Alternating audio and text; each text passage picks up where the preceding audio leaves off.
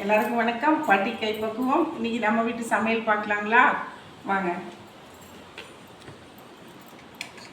சுட சுட சாதங்க.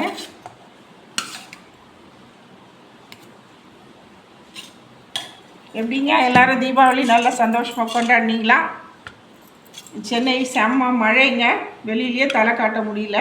என் பேத்திக்கு ஃபீவரே வந்துருச்சுங்க. பிள்ளை வரவே இல்லை, அதனால தான் ஜுரத்தில் படுத்துருக்கா பிள்ளை. இப்போ பீட்ரூட் பொரியல்,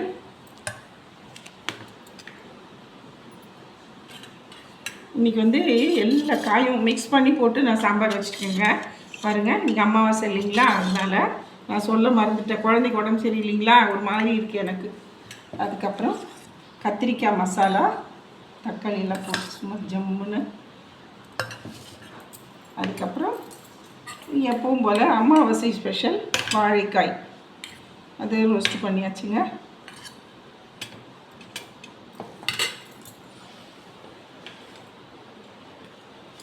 இன்றைக்கி நம்ம வீட்டு சமையல் இருந்தாங்க.